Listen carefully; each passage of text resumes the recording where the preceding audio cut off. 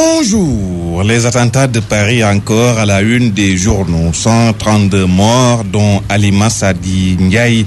Selon la Tribune pour Libération, Halima Ndiaye est une Sénégalaise par alliance qui, quelques heures avant l'attentat, a parlé au téléphone avec son mari et leurs 2 enfants restés à Dakar. À Dakar, l'ambassadeur de France qualifie de dures et de barbares ces attaques. Mais pour Jean-Félix Pagano, dans la Tribune, on ne doit jamais céder à la terreur. Dans tous les cas, Dakar est en alerte, nous dit l'observateur, qui ajoute d'ailleurs que la sécurité de l'ambassadeur de France a été renforcée. Il y a de quoi, car selon l'enquête quotidienne, le communiqué de Daesh revendiquant les attentats a laissé filtrer une menace claire que la France et ceux qui suivent sa voie sachent qu'ils resteront à la tête des cibles de l'État islamique.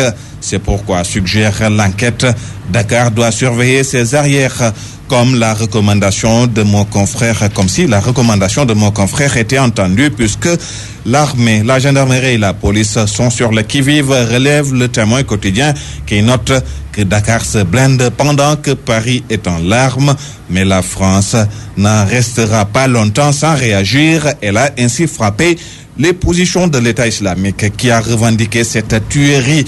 C'est ce que le quotidien appelle œil pour œil. Ces affreux de Daesh au État islamique, leurs devanciers que sont Al-Qaïda avec ses dérivés Boko Haram et consorts, ont réussi la singulière prouesse d'imposer leur lexicologie au monde, regrette Sambalar dans le populaire.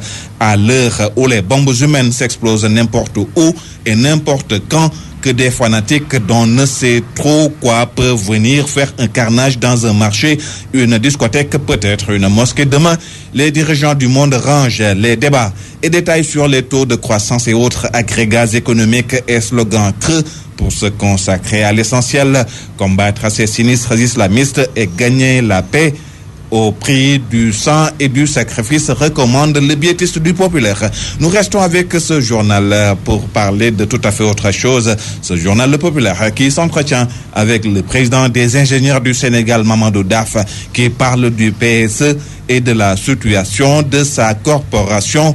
Mamadou Daf, donc, qui s'indigne en ces termes: dans ce pays, tout ce qui vient de l'étranger est excellent et tout ce qui est local, c'est du local. Cela veut dire ce que cela veut dire. L'Association des maires du Sénégal, elle, veut que la gestion des ordures revienne aux collectivités locales. L'AMS, dirigée par Aliou Sall, a exprimé cette position à la fin du conclave de 2 jours à Dakar, rapporte Sud Quotidien. Walf Grand Place, pour sa part, nous parle du démantèlement du groupe Afrique Santé pour exercice illégal de médecine. D'après le journal, 11 faux agents, dont 8 filles, ont été arrêtés. Ces supposés agents de santé, rapporte Walf Grand Place, faisaient le bilan général en 15 minutes avec un ticket vendu à 750 francs. Allons à l'aéroport pour parler de AHS, qui est dans le collimateur de l'inspection régionale du travail. À en croire la Tribune, la direction générale de AHS est reprochée d'avoir procédé à des mises à pied sans fondement et à des mutations abusives de délégués de personnel. Nous parlons de politique avec le lancement des activités d'AFAM de Benno Bokk Yakaar. D'après Libération, c'est le fiasco à Guédiawaye. À Guédiawaye, toujours en politique, et l'APR qui vole en éclats. Aliou Sall, selon Zoom Info, déterre la hache de guerre avec Bougazeli, le député à l'Assemblée nationale. Bonne lecture à toutes et à tous.